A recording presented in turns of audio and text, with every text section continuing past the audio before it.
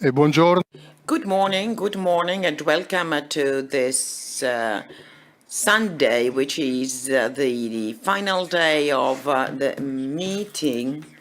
And we have today a very, very distinguished guest who is a good friend of the meeting and of the very story of the Rimini meeting. His Eminence Cardinal Gualtiero Bassetti, who is Archbishop of Perugia. Sua Eminenza è l'Arcivescovo. He's also the president of the Italian Bishops' Conference. He has tried to retire from his bishop's post, but the Pope rejected his request for retirement. His Eminence chose as a theme for this morning a very, very significant title, because this is the year of the great pandemic that obliged us to spend a lot of time in our own houses, isolated, but we did not give up the desire for a recovery, for that life that is in the hearts of all Christians. So the presence of His Eminence in this final day is a sign of the maternal love of Church towards Christians, and towards the idea to give a contribution for a possible recovery and the hope of a future without fear, rich in positive perspectives. So we are going to have a dialogue with him today, starting from the theme he chose, that is to say, the dynamic of the gift for a new church in Italy, and I dare say in the world, because today there are millions of people that are actually following us online in Italy and in the whole world, and there are 130 locations that are where people are following us on the screen. So with no further ado, I would like to start by asking His Eminence a question. You were always very active during the pandemic, and now you are also very active to prepare, so to speak, the recovery. You said that the pandemic was something that made us wonder about the present. All of us were, in a way, in the same situation. We were all together in this situation, and Pope Francis repeated it over and over again, and in particular on March the 27th in St. Peter, Pope Francis was hugging, so to speak, the whole world. We realized, the Pope said, that we are all on the same boat. We are all fragile, and the storm has shown our vulnerability, and it has left our certainties naked. Allora le domando, qual è stata la sua... So my question is, what were your thoughts on the effects of that invisible enemy? Well, I dare say that from the beginning I did suffer from that moment of bewilderment, so to speak, when you are confronted by an enemy that is bigger than you, more powerful than you. So the first reaction you have is that of confusion. But since I am a believer, I obviously trust in God, and that's what helped me. The words of the Pope on the evening of the 27th of March is something that is deeply rooted in mankind, and because the whole of mankind at the time, but also now, is very fragile, and alone, just like that man that was mounting up to the cross in St. Peter's. And that was the only way to receive some kind of consolation in order to support his brothers and sisters. So that's the Pope's mandate. You have to confirm your brothers and sisters. That's what Jesus told St. Peter. So that's what Pope Francis did. He told us not to be afraid because we were all on the same boat. That was the gospel, the part on the storm. So death, suffering, fragility, we all actually experienced directly or indirectly during the pandemic. And as the Pope said, this small virus that managed to put all our certainties at risk. And let's hope that this small virus, as the Pope said, will not turn into a big virus, that is to say, the virus of closing up in ourselves. And this virus, says the Pope, could be even more dangerous if we close ourselves up. So this happened in a moment that was already quite difficult. We needed to realize that since 2012, we are experiencing an economic crisis, and we do not know when actually this will be over. We could say, as they say in Florence, that the rain keeps falling on wet land. So, well, this is something that we have to face, because when something like this happens, we need to find some kind of a culprit, so to speak, and this is typical of our culture. So, well, for someone, the culprit was the government that in a way could have brought all this about. Others thought that the culprits were big international, multinational enterprises. And, well, unfortunately, we all run some risks when this kind of things happen, to try and find someone to blame, like in Manzoni's work, the plague spreaders. And so, well, we shall not anyway lose our point of reference in our lives, that is to say, our relationship with our Father. We thought that our life was the golden veil, that we could actually manage our money, our careers, but then we had to realize that all this is very fragile, uncertain, and a small virus can really put or jeopardize everything, the whole world, the whole systems that we are used to.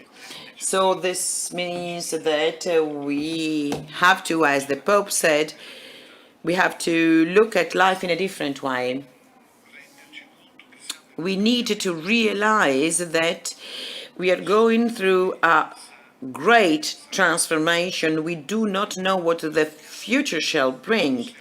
And but what we do know is that we can walk towards the future, open up to hope. Because hope is not just a pious desire in our souls. It is the certainty of our concrete life, the knowledge that God takes us by the hand and never leaves us. God has written his name in your hand, and at a certain point, God hugs you and takes you up to his face so that you can actually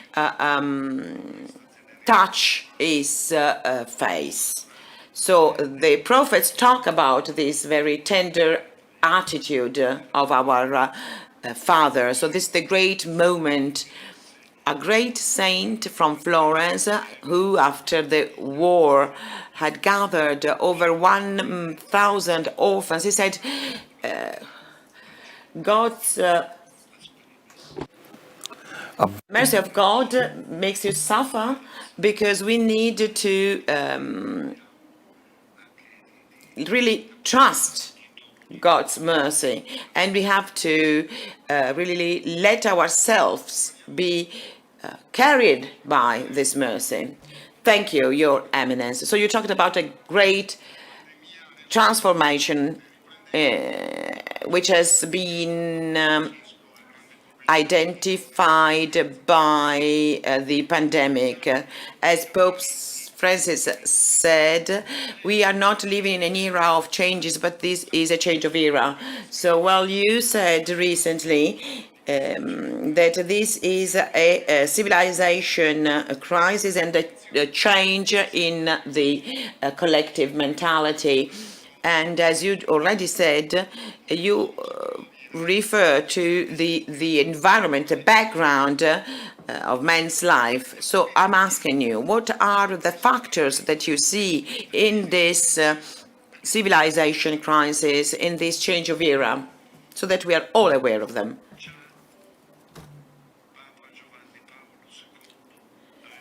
John Paul II already said in the past that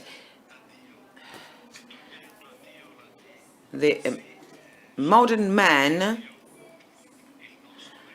had a very self-centered vision of God. So this is the main problem, an exaggerated individualism. And there is the risk of a utilitarianism that I'm sorry, I'm a little bit tired because I've already had a long morning. Yes, actually, because is always a part of the life of his people in Perugia and in Italy. So he doesn't have to apologize if he's a little bit tired. He's almost 80. So, well, everything that is not needed to live now in the present is simply thrown away. So, well, I just wanted to say something on us, on all of us who are Christians. We no longer accept everything that Jesus Christ, the Church, and the Gospel propose. But we would not admit that we are not Christians. We all say, I am a Christian. So what is my religion, my Christianity? It is some kind of wardrobe which I open up and from which I take what I need. I like to go to Mass at Christmas. I like to get married in church because it's nicer than in the municipal hall. So that's what our Christianity is. And this is the mentality that we have at the moment. So my desire, my needs are, in my mind, my main driving forces. So, well, this is a very dangerous way of thinking. It has been said that this is some kind of folly, so to speak, of a folly of omnipotence of the human being. So, well, since we have since we're still on time, we have to step back, to make a step back. Paul VI said, Christ You are necessary to us. Let's not look at what could be more useful for us at the moment, at the present. There's just one thing we really need, Jesus Christ. In this morning gospel during the Mass, we read, everything is rooted in Jesus Christ. Without Jesus Christ, there cannot be anything else that can be attracting us. There's nothing. Jesus Christ says, you cannot do anything without me. So I believe in these words. I share these views of Paul the Sixth that were repeated by Monsieur Caron, saying once again a strong yes to Jesus Christ. So you said, quoting Paul VI, that Jesus Christ, you are necessary to us. I remember at the beginning of March, you launched that big appeal to Christians in Italy, inviting them to join all together in a day of prayer. And you said that this prayer was the first contribution that the Church asks from us. Following your invitation, a few days afterwards, in a letter to all the friends of communion and liberation, Father Caron wrote exactly what you said. That is to say, in this very difficult moment, he said, our yes to Jesus Christ, our prayers to Jesus Christ, represent the first contribution that we can give for the salvation of the world. So you made an invitation to prayer. We, with Father Caron, repeated this invitation. But now I'm asking you, in those weeks when there was so much to do, this invitation to pray wasn't maybe not enough, as some said, also among Christians? Well, yes. We must realize, if we want to be good Christians and believers, and if we want to be useful to the world, we cannot contribute to the uselessness that we see in the world with our desires, with our selfishness. We need to make a big change. Praying is the biggest act of charity that we can make towards our fellow brothers and sisters. When I go and visit some old priests who cannot walk anymore, they're in a wheelchair, they cannot do anything. Well, recently, I remember I went to visiting a father who had a small prayer card, a holy card, celebrating his 55 years of Mass. And he had it in his hand and he let it fall. He couldn't even pick that up. Well, that man does give a contribution anyway, because he can pray every day, all day long. So, well, I cannot just pray. I myself, with all my duties, have to do my part. So I want to tell you something about my own life, and I want to be extremely sincere in that. 2 years after I became a priest, I was sent to the seminary in Florence. I didn't want to go there. I didn't like it. I had a big church where I wanted to be. And I felt I was kind of suffocating with about 20 other teenagers or young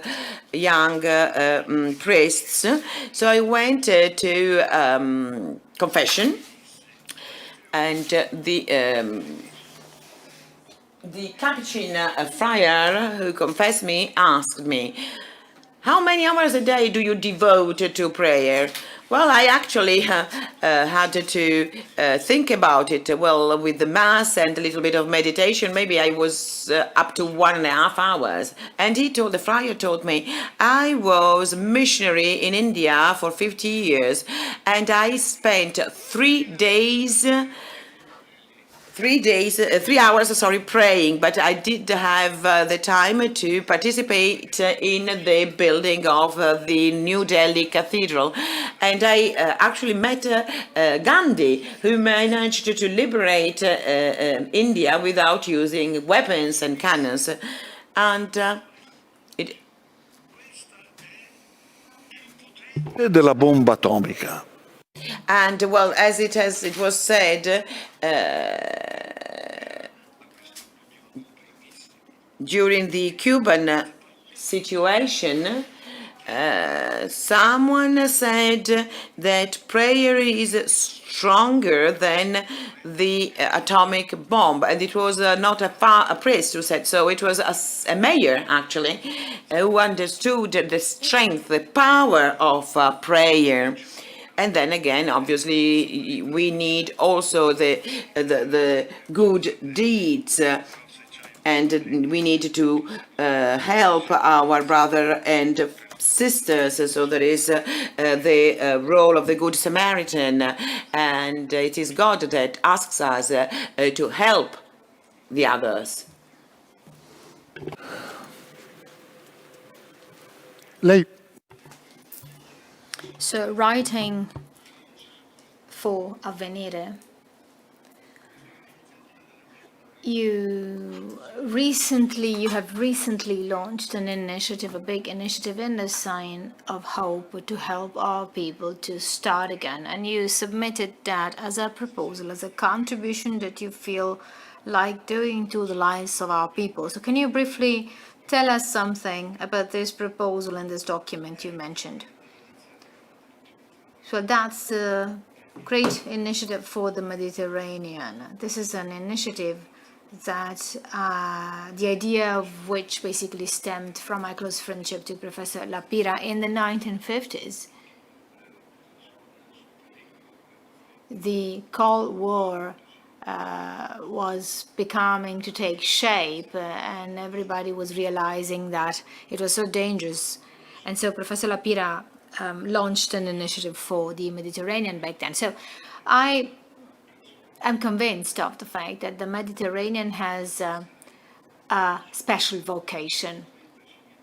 Out of the 30 civilizations that are known to us that have inhabited the world, about 20 of them have been created around the Mediterranean. So this means that God has a project for the Mediterranean. Abraham comes from the Mediterranean. Jesus Christ comes from the Mediterranean. The apostles as well, Saint Francis and Saint Benedict, who contributed to spread Christianity all over Europe, are Mediterranean people. So actually I exchanged some views with the Pope, and he insisted that I would go on. So I felt like inviting all the bishops and the presidents of the bishops' conferences of countries around the Mediterranean to take part in a conference, which ended on the day when the pandemic was declared, on the 23rd of February. So had we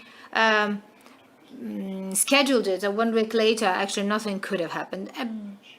And major bishops came from Lebanon, from Cyprus, from the former Yugoslavia, Morocco, Tunisia. So we all met. They got to know each other. We got to know each other. And finally, we were able to exchange our views on what our common problems are and how important it is, for example, to discuss together about issues related to peace or migrations. Issues that were discussed not so much only with our eyes, but rather based on the great experience of our whole Christian church that stems from Abraham. Unfortunately, now everything has come to a halt, and we know the reasons why. However, the bishops are telling me that I need to go on. So as soon as it is possible, We are going to organize other events, not so much a conference maybe, but probably we will do visits, we will carry out twinships, or we have to help our bishops, for example, the ones who live in Lebanon, and support them. They shouldn't feel isolated. I think this was felt as an inspiration for me. And the Pope approved. He was the very one who told me, okay, go on. On Sunday the 23rd, already some people were not attending Mass because the pandemic was starting in those days. But the Pope spoke a very encouraging and visionary speech in this respect. So always remember the Mediterranean and its importance. One of the key words of that forum is knowledge, but at the same also dialogue. At the same time also dialogue.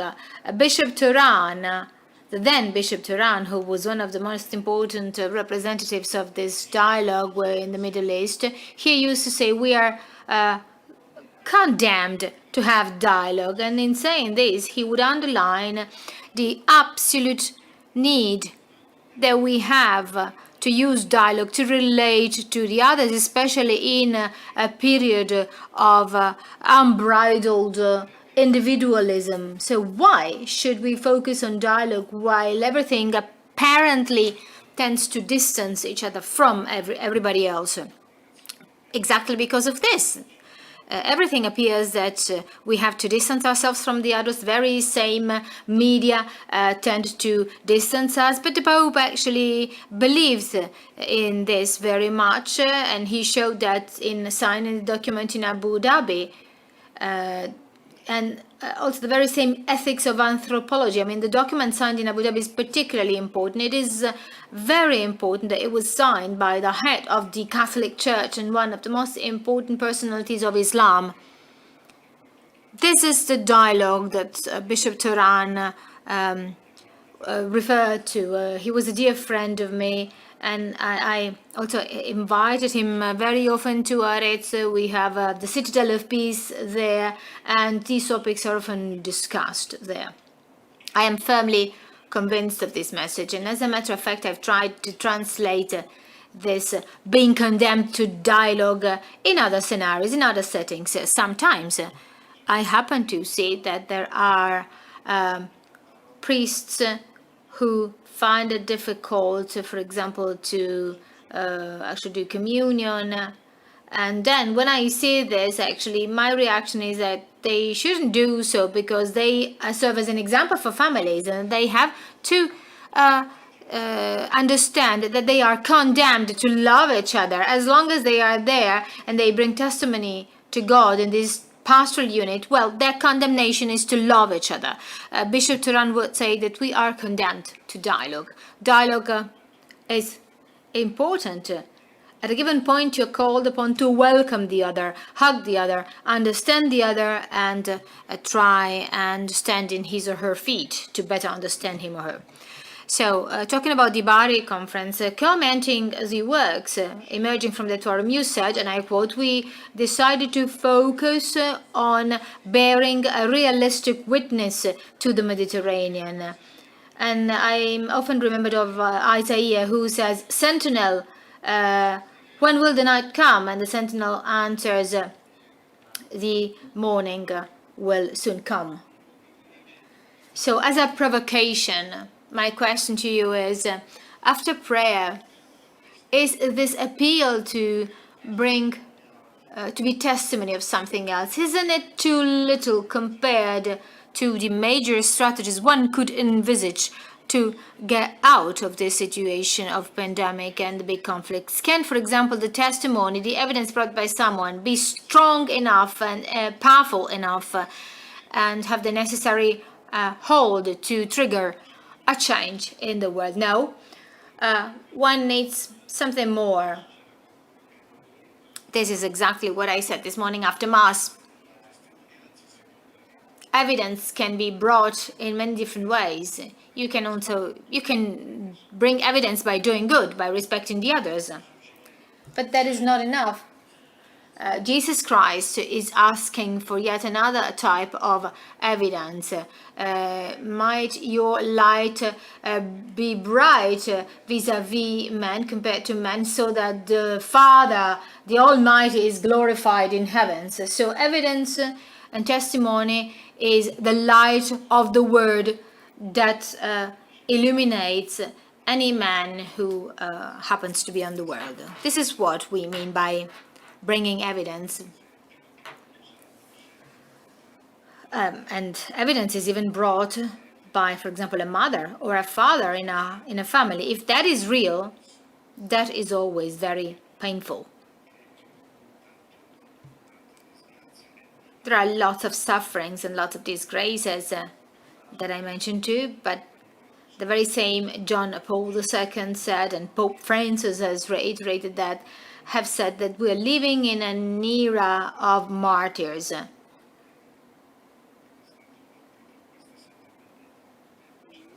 In recent weeks, we have celebrated the martyrdom of Massimiliano Kolbe. He finished his life when he was injected, when he was killed, and actually he said, what matters is not living, what matters is love. And these were his last words. Real love is a love that gives life, and that's, I think, the very best example of bringing evidence. With a similar expression, the great theologist von Balthasar used to say that if I were to give a judgment on the situation of contemporary man, only love is credible for the world. In other words, only this gaze based on tenderness, gaze upon the other, is the only thing that can move a contemporary man. So when talking about the dynamics of a gift, I would like to express your views on a quote by Father Giussani, who is very topical to me and that has always been with me ever since the first day I read it. And I quote, talking about charity, charity is a gift of, is a touched gift of ourselves. The law of God is just one law, that is to say, loving the others. God is the source of being, and God has only one dynamics, which can be only described as the gift of ourselves, as a touched gift of ourselves. So, in this way, we are made an integral part of the big mystery that creates everything. That's the mystery of God, our Father, who loves and generates His Son. And in this relation, you have the reality of the Spirit being born, which is identical to both of them. So the law of the self is only love. The law of the self means giving ourselves. So, end of quote. My question to you is the following. Isn't this the most urgent contribution that we as Christians are called upon to give to our friends, to men in such difficult times in which we are all called upon to start again? I would like to start to this by quoting yet another quote by Father Giussani, which in my opinion well justifies and describes what you said. Father Giussani basically starts from what I said before. He moves from this sense of nihilism, from this gap, from this lack of sense, lack of meaning that we see. And Father Giussani said that only a gaze can be the right answer to this lack of sense. And this is more or less what I also tried to tell you before. It means admiration, consolation, and being touched. I mean, this sense of beauty that pervades you. I often like to repeat that actually, unfortunately, we can no longer shake hands during Mass. We have to respect the rules. So I always say, let us exchange a sign of peace. But not the hand, but who prevents you from smiling? In a smile, you can have such a huge charge of love vis-a-vis your neighbor, and maybe that person was desperately in need of that smile to change his life or her life. So Father Giussani said, nihilism and the lack of sense, these can be countered only with a gaze. Only Christ looks after entirely of my mankind, of my humanity. Without this, you don't have any Christianity as an event, as a happening. So Christianity based on its original nature, and there is no possibility of change in the way we conceive and deal with people and things. There is nothing easier to understand than a happening which takes shape as an encounter, and therefore we can, based on these words, understand why Pope Francis it mentions the Deus Caritas Est. The Pope says, I will never get tired of repeating those words, the words by Benedict XVI, who are bringing us directly to the core of the gospel, at the beginning of ourselves being a Christian. And these are Benedict's words. There is no ethical decision or a great idea, but rather the encounter with a happening, with a person, that gives life a new horizon. In other words, a decisive direction to those who welcomed him. So they welcomed him, and he gave them the power to become the children of God. Christianity is not ethics, is not moral values, it's not a philosophy. Of course, one obviously needs to ponder deeply about the values of God, but Christianity is first and foremost this encounter. And this is what Pope Benedict XVI said. There is an encounter, and if you don't have that encounter, you can preach throughout your life, but you're nothing. You're personally nothing. You can give the others only what you have already deeply understood from that encounter. So it seems to me that this binds back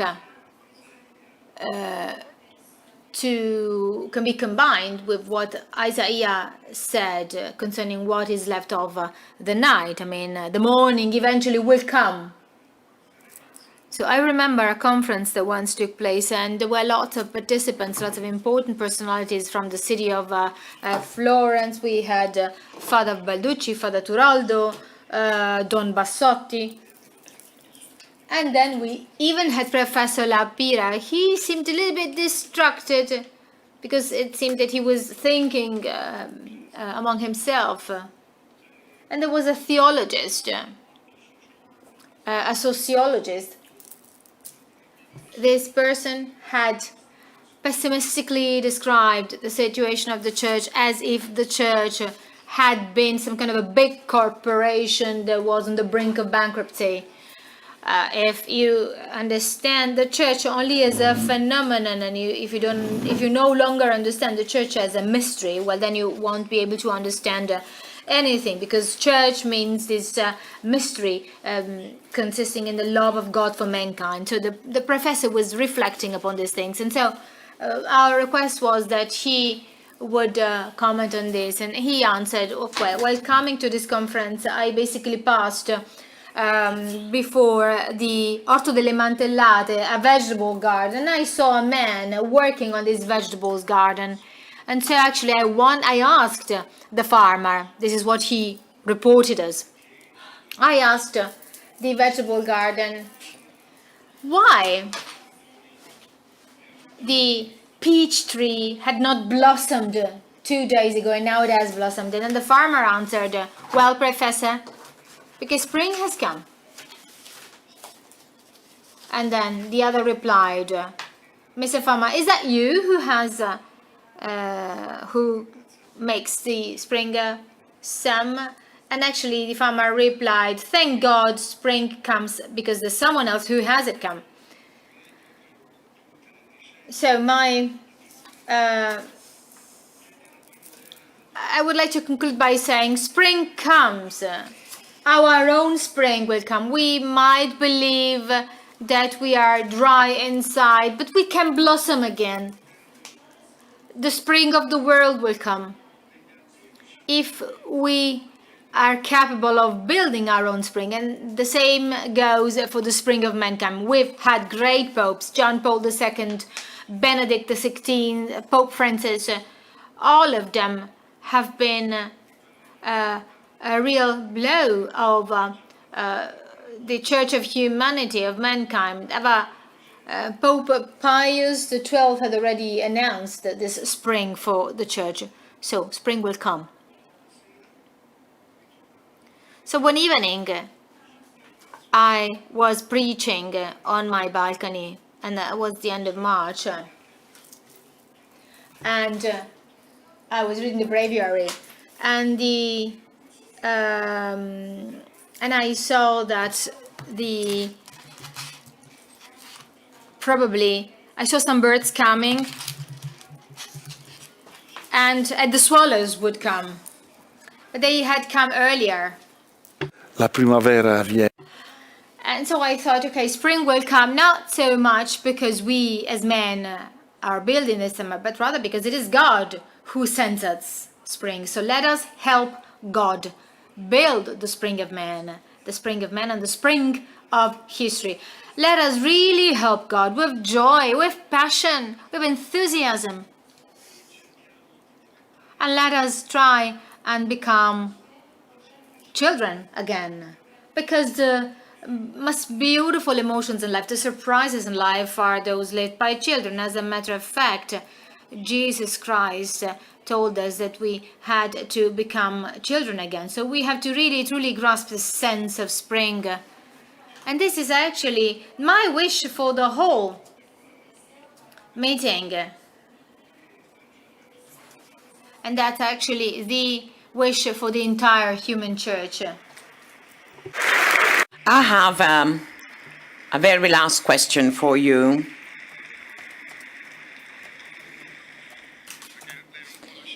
Because, well, if you cannot leave without telling us something about the title of the Rimini meeting this year. You talked about it this morning during your homily, but for the audience following us online, please tell us what you think about the theme we chose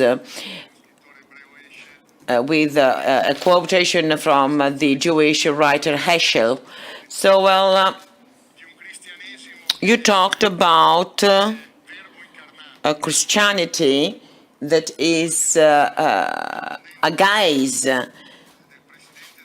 that is flesh.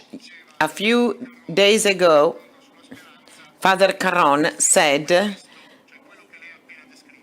Christianity is exactly what you just described. Otherwise, any other form of Christianity wouldn't be interesting for anyone.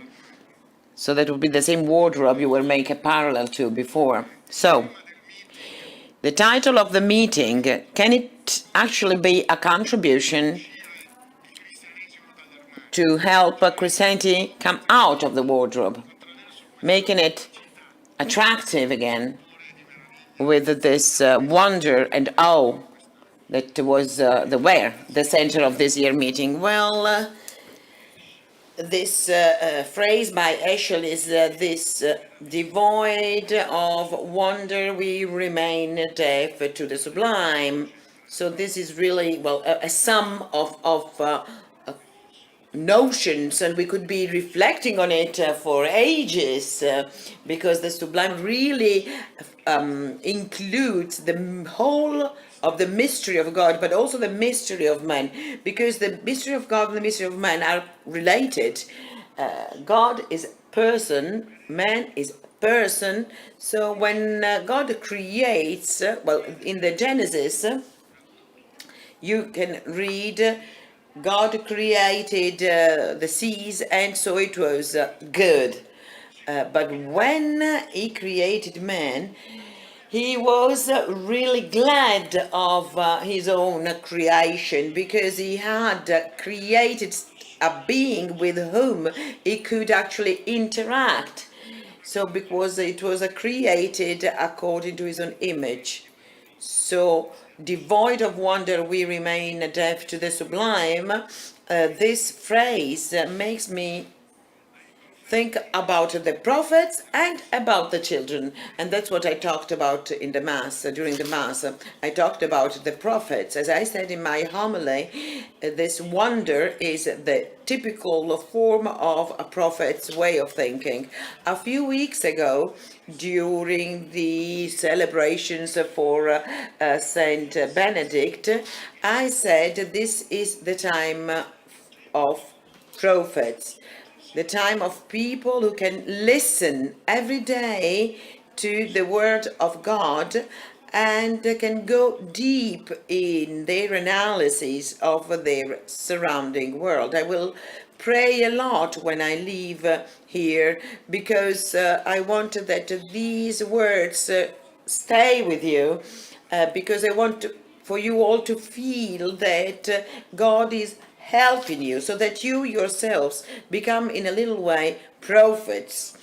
We need not so much great experts and scientists with their cold analysis of the situation. We need prophets. We need men and women with a strong faith, ready to wonder and capable of seeing God in the world and in our time.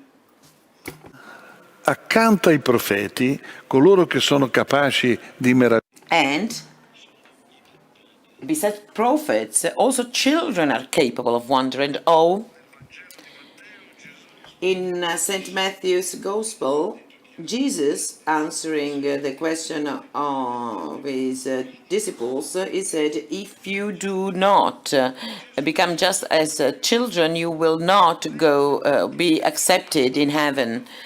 That's what Jesus wants us to do, to look at the world just like children. This sublime that we see in Heschel's words is not something of the past, but it is rather an encounter, a meeting that we have every time in a different way. So this is why there is this wonder, this awe, because this is a great encouragement to have the eyes and the hearts of children and to renounce our greediness and our pride. We have created too many golden wheels, too many false prophets, and the gaze of children helps us to be smaller and to discover the great awe and beauty of Jesus Christ. And today, for all of us, I would like to remind you the story of Joele, the child who died a few days ago in Sicily. We do not know how his terrible death happened.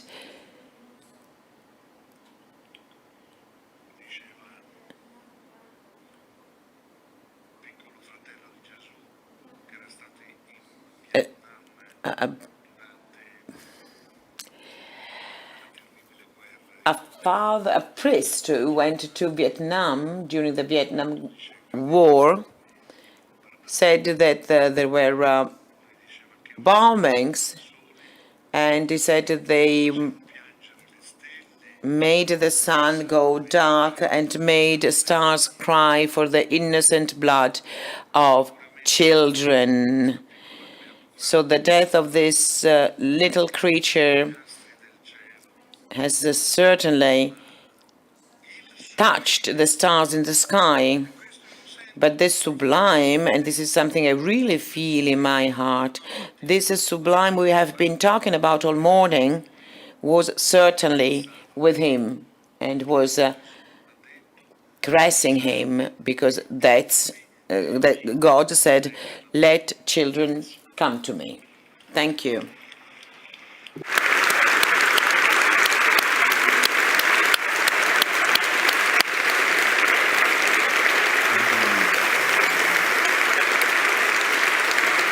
Io la ringrazio. I would like to thank you. Credo di interpretare i sentimenti di tutti. And I think that I can give voice to everyone's thoughts by thanking you, because today you really gave us an important suggestion, the meaning of being a child, to go back to being a child, this capacity to be surprised by reality and to see in this reality the traits, the signs of that unique gaze in history that will never be cancelled, that is to say, that of the sublime. So I would like to thank you again, because I think that your words are the perfect way to close this meeting, because you, with your youth, Giussani said that the youth is an attitude of the heart. It's not your age. You showed us that faith and life are related, and faith is needed to try and solve everyday's problems. So, well, with this year's meeting, with its special edition that was in a way exceptional, even though maybe strange in some ways, we wanted to give this kind of contribution to that recovery relaunch that everybody is talking about, with the contribution of our hope in the present. If this can be seen as something useful by anyone who is ready to restart again. So thanks again, Your Eminence, and please keep us in your heart for the path awaiting us. Thank you.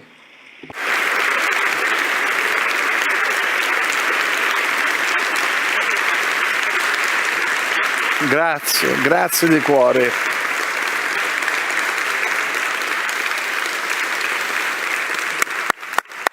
Non posso non chiedervi una preghiera. I have a prayer for you. And it is deep from my heart, from the bottom of my heart. It is grace. Aspetti.